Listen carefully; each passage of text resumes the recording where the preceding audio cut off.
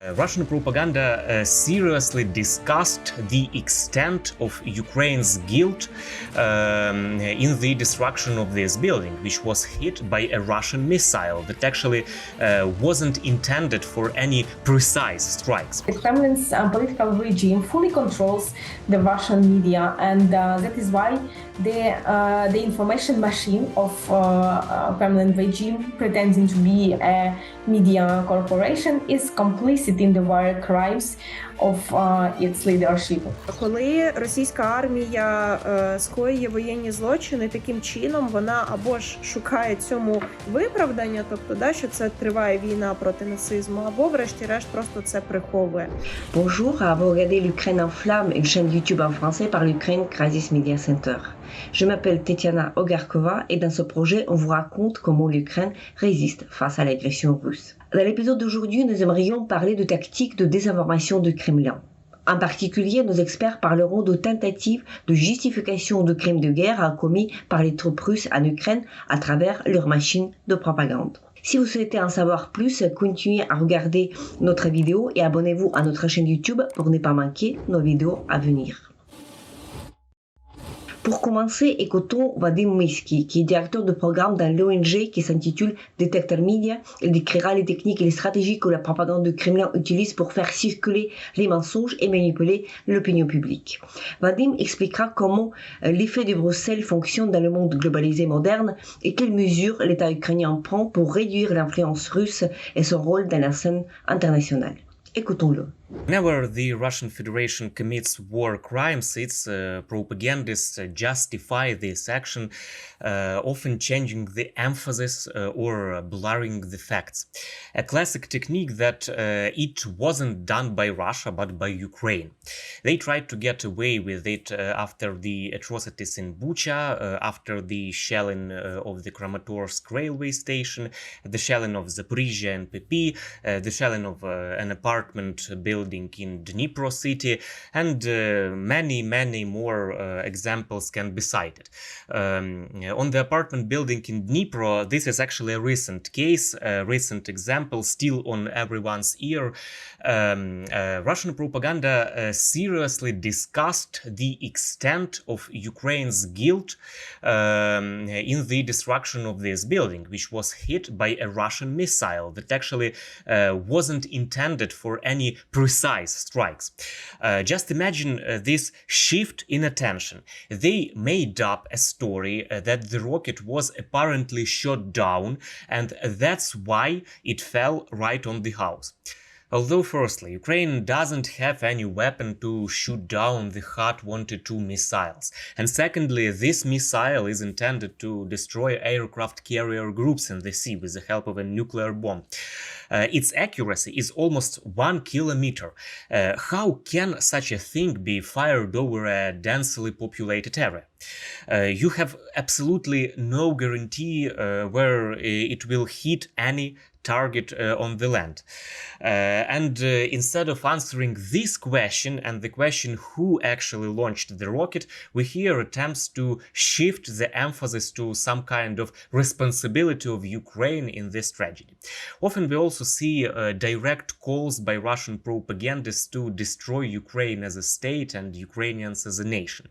They do not recognize that Ukrainians are a separate nation. They call it brotherly people that must be returned and forced into friendship.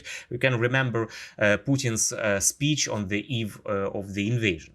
And everyone who has opinions in Ukraine should be denazified because it's not a separate nation. They telling this often. When Volodymyr Zelensky went to the USA in December, Olga Skabeyeva, propagandist on Russian federal TV channel, called on the air for the whole country to attack Kiev again. And we heard calls to exterminate Ukrainians hundreds of times during this year of the big war. The role of fact-checkers and international lawyers is to document such actions of propagandists.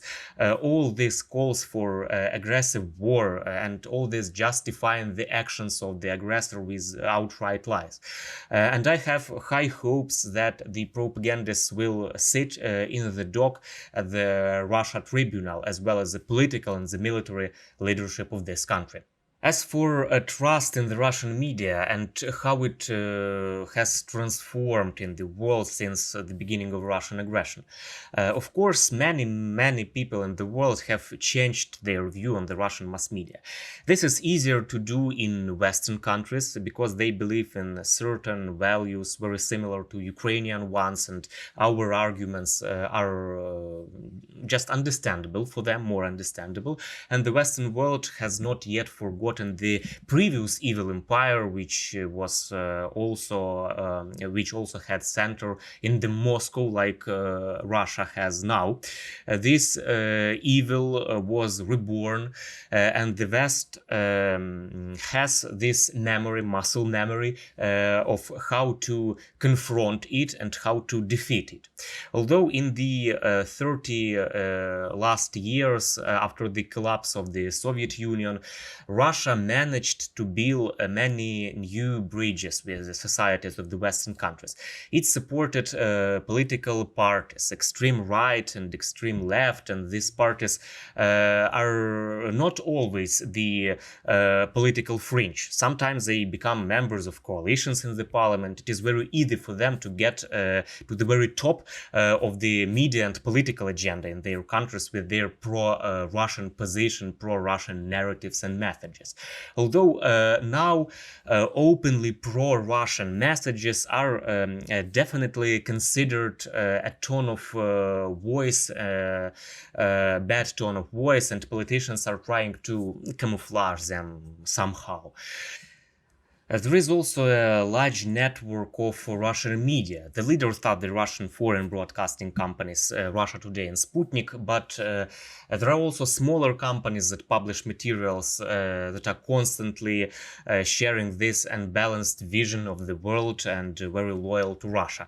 It is good to know and name such actions, and now a lot of media and also mainstream Russian media are again and again recognized as not a journalism in Europe and their work limited or banned. The situation is somehow different with the countries of the global south, Africa, Asia, and Latin America. These countries, due to their historical background, do not always consider the Western world as something good. First of all, because for a long time of their history, these territories were Western colonies, and this fact left and period left a lot of traumas in societies and in people's minds. In Soviet times, Russia invested a lot of efforts in order to cultivate such traumas, appealed to injustice in the past, to which, with which, for some reason, these countries have to fight now with this injustice. Yes, and these are all familiar stories about the struggle against American imperialism and Western imperialism in general. Very known for post-Soviet TV viewer and newspapers reader.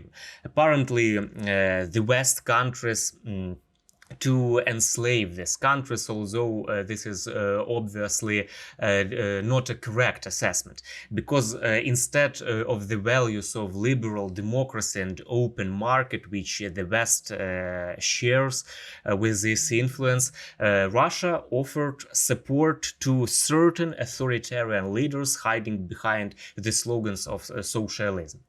Unfortunately, for the previous 30 years, Ukraine has worked very little on building some systematic connections, communications with this region, with the global south, and many people in general are only discovering the news that Ukraine exists. It is a state independent from Russia and has its own history, its own culture, own traditions, and the right to independently determine their own future. And everyone has known Russia for a long time, on the other hand, and very well know Russia. And Russian propaganda works, of course, systematically there also after the collapse of Soviet Union. I would like to give a small example. Recently, the bank accounts of RT France, a division of Russia Today, were arrested, banned, and actually this channel was prohibited to broadcasting in Europe already for some period, but still these so-called journalists for some reason continued to work and had an office in Paris and created some content for themselves. It was actually not a waste job, because they spread the created content to all the countries of Francophone Africa, and they still continued to poison the discourse and perceptions of societies about the Russian war in Ukraine. The arresting of the accounts led to the termination of this work, and this is a positive example of the Brussels effect, when at first glance internal decisions of EU countries led to global changes. But of course, one such decision will not block all the possibilities of Russian propaganda in the global south. In order to change this situation, the president of Ukraine and diplomacy made their contribution for the first time in the history of Ukrainian independence. They began systematically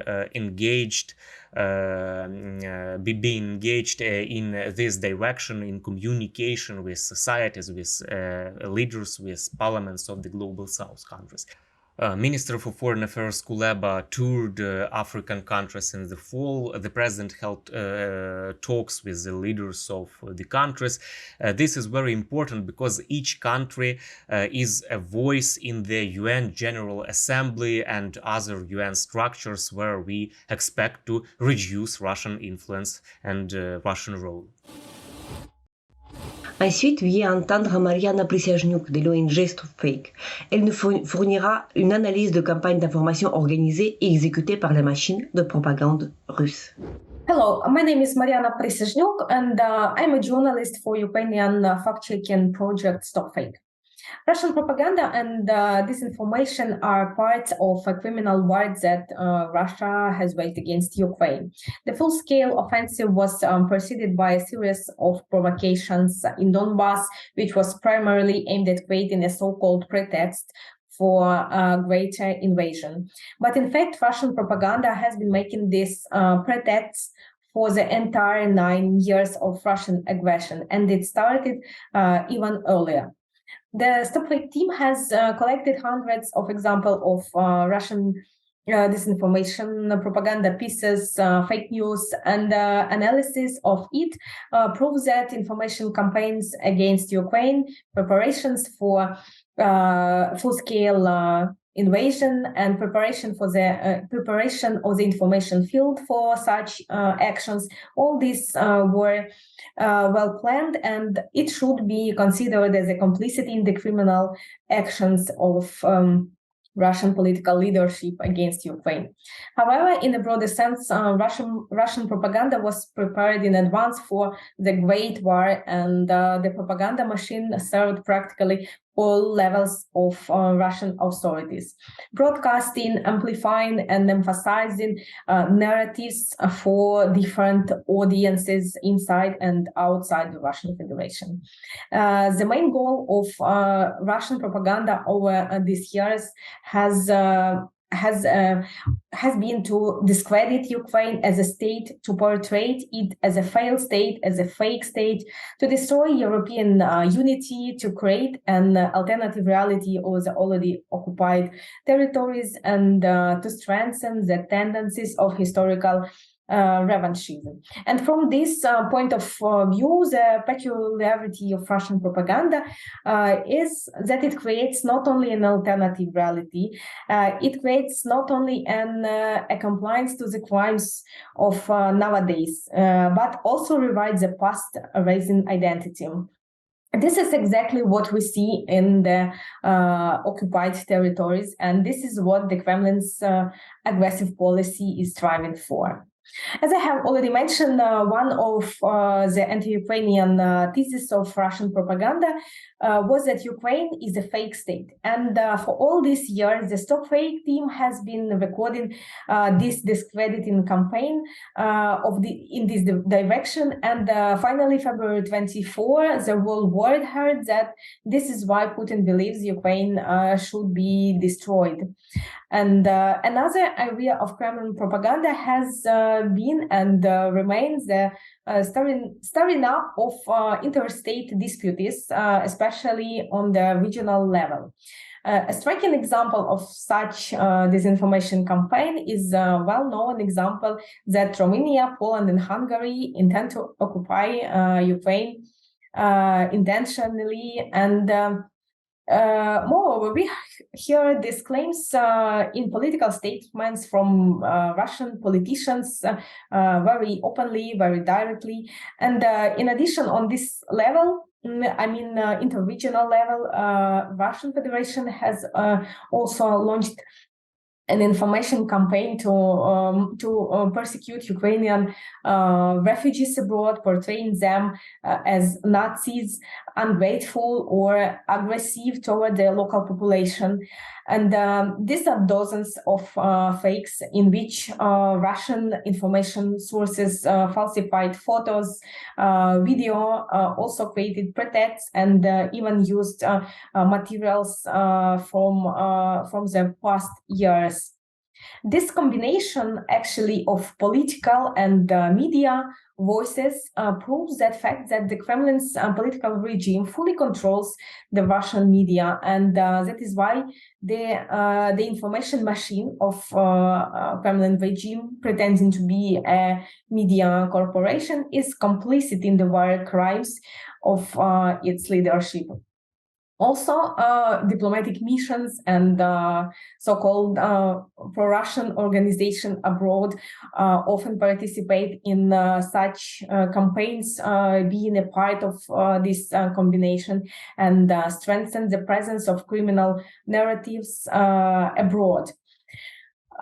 Today, when the full-scale Russian invasion has been going on for more than 1 year, propaganda and disinformation accompany every missile attack, every bombing, and every war crime.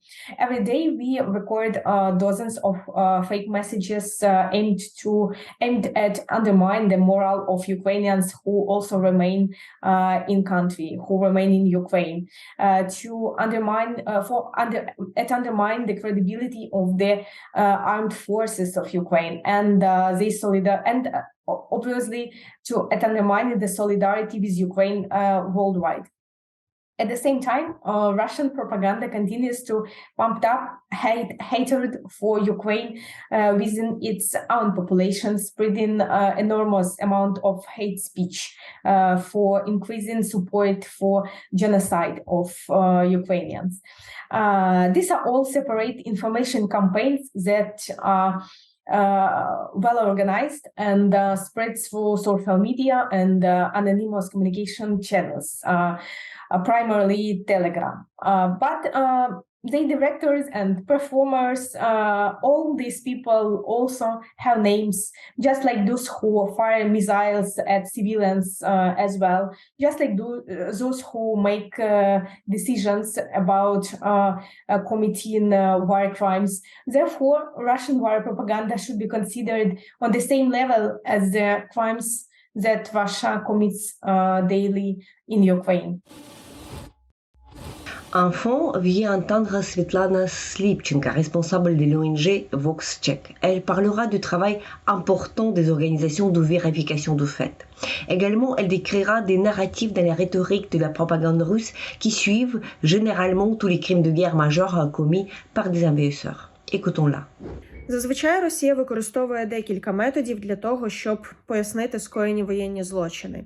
Або ж взагалі відхрещується від них і переводить всю увагу на те, що руйнування цивільної інфраструктури, або житлових будівель, або вбивство цивільних були скоєні нібито українською армією.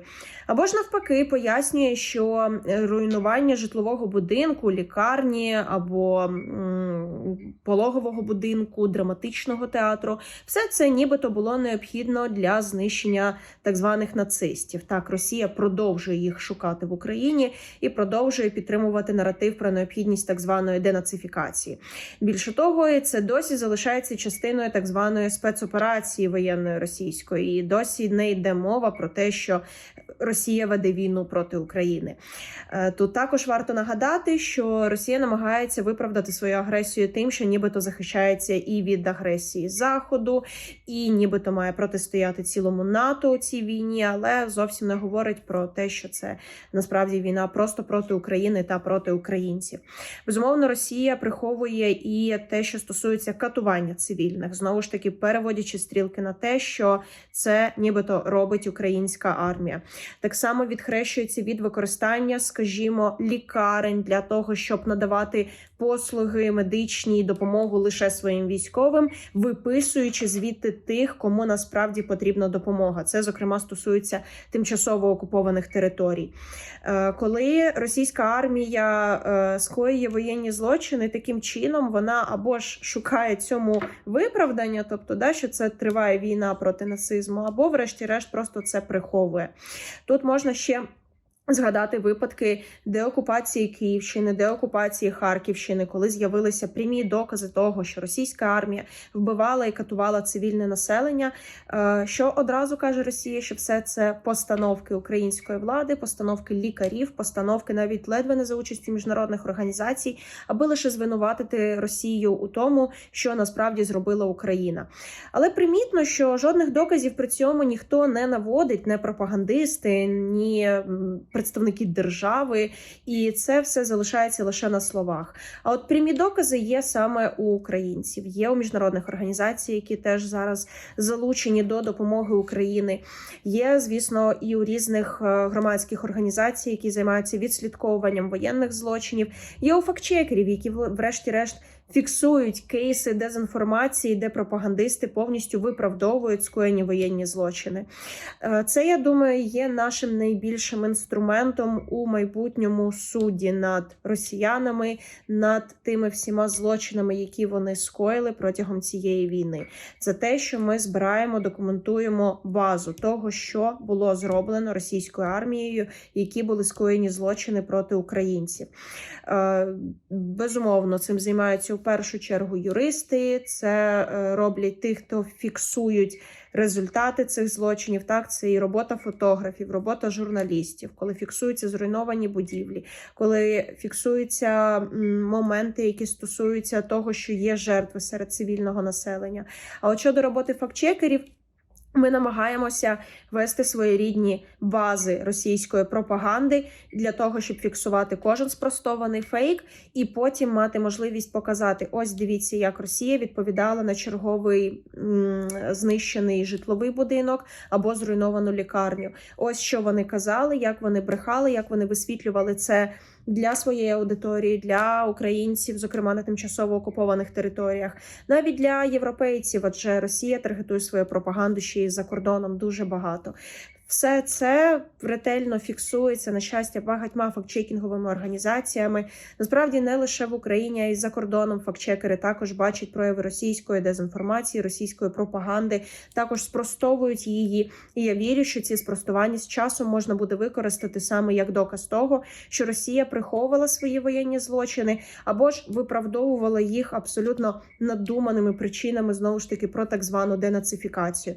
А по факту своєю риторикою Росія постійно доводить, що вона просто здійснює геноцид України, який не має жодного значення і який просто є проявом жорстокості, якому немає жодного виправдання. І таким чином я щиро впевнена, що Росія просто сама веде себе до суду і до того, щоб її, власне, визнали країною-терористкою.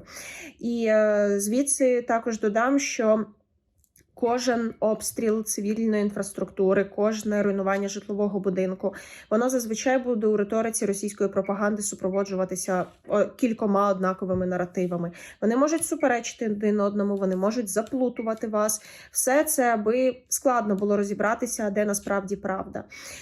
Буде йти мова з одного боку про те, що так було потрібно. Це була справжня ціль, тому що там умовно в якомусь житловому будинку базувалися військові. За іншою версією, житловий будинок умовний, можливо, там зруйнувала українська протиповітряна оборона.